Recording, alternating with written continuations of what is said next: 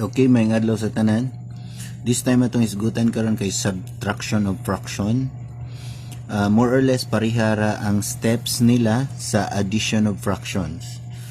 Pero nga akong isgutan karon, upat ni kabuok akong suwayan na masud ni sa usa ka video kay nag-expect ko nga nakuha ninyo saan pagpangita ang LCD o unsaon ang pagpangita sa ato ang GCF. Okay? So, diretso na ta. Una, 2/5 minus 1/5. Check na to. Similar ba or dissimilar? Pareha man sila 5. So, similar sila. Since similar man, so di ta moagi aning duha ka step.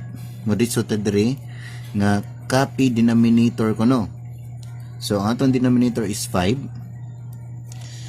So muna na itong denominator na kani ako rang gibutang dire kay ang sunod na step i-minus ang numerator nga 2 minus 1. So 2 minus 1 is 1. Paunta na lowest term ba ni? Di na magamay ang 1. So kanang 5 di na nato ilabtan og apil kay pares na sila. Proper fraction ba ni? Yes, kay ang babaw gamay kaysa dako, meaning ang answer na to 1/5. Arita sa sunod, murag lisod siya tanaw no kay nani whole number niya na fraction gimaynusan sa whole number of fraction or mo nang gitawag sa uban og mixed number or sa uban kay mixed fraction. So pero ay magkabala ka sa whole number sa atong tabunan ng whole number. Tanaw ta sa fraction 3/5 o 1/5.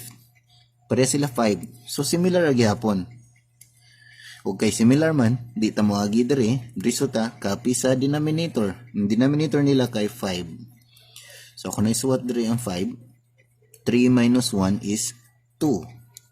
Manaman ta sa fraction, rita, 2 minus 1 is 1. Itong tanawin, lowest term ba ni?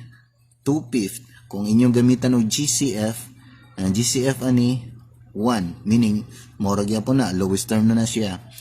O, proper fraction ba siya? Tabunan na ito ng whole number. Mas gamay si 2 kaysa 5. Meaning, kani, proper fraction. So, ay kabala ka ani. So, meaning, muna na ito ang answer. Okay. Ito ta sa lisod-lisod gamay. So, what if dissimilar?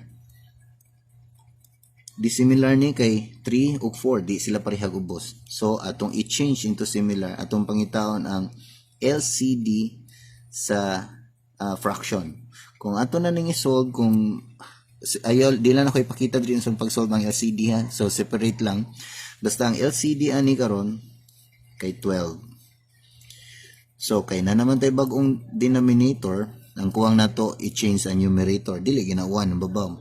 So, mag-divide na punta. 12 divided by 3 is 4. 4 times 1 is 4.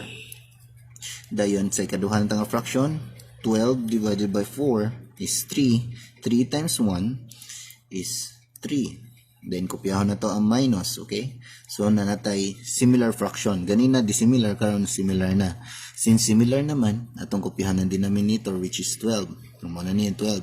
O, i-minus ang numerator ng 4 minus 3, 1. This is the lowest term, so ang final answer is 1/12.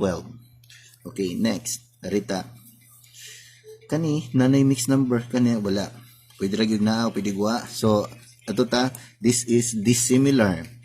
Since this is dissimilar, atong i-change into similar. Agabala ka ni, kana lang sa atong hunaw-naon, suwat ra na nato daan si 1, para di ta makalimutan na. Wa ni nato hilabti, ato rang giapil na daan. So, ang LCD ani karon kay 4.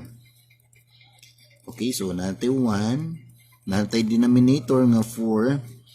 So, kinalanta sa numerator. So, 4 divided by 2 is 2. 2 times 1 is 2. Then, 4 divided by 4 is 1. 1 times 1 is 1. Minus man eh. So, ito rin butang minus. This time, copy denominator da. Copy denominator. Ang denominator na ito is 4. No na. Dayon, minus ang numerator. 2 minus 1 is 1. Then, kung saan man eh? 1 minus 0. Kaya wa man, di ba? 1 minus 0 is 1. And this is now our final answer. Kung paspas ra kay ko, comment lang sa ubos niya, pwede ra mo mangutana. Salamat.